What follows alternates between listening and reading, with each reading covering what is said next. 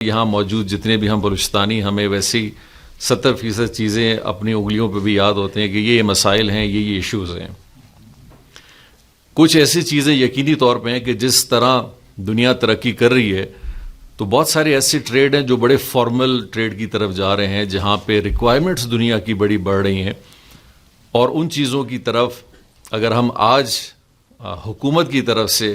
اپنی انڈسٹریلسٹ کو اور اپنے انڈسٹری اور اپنے جتنے بھی بزنس کمیونٹی ہے ان کو مدد ان کی نہیں کریں گے تو شاید ہو سکتا ہے کہ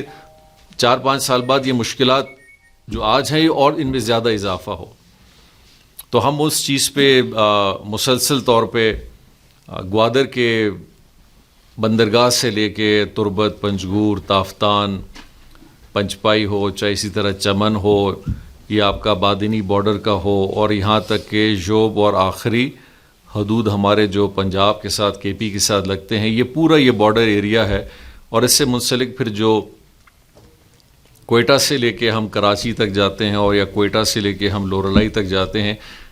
یا نصیر آباد ڈویژن تک جاتے ہیں، یہ سارے وہ علاقے ہیں جن کے اندر کسی نہ کسی حوالے سے جب تک حکومت اپنی انٹرفیرنس کر کے معاملہ ٹھیک نہیں کرے گی، عام انسان کے بس کی بات نہیں ہے. کیونکہ بلوچستان وسیع بہت ہے، بڑا بہت ہے،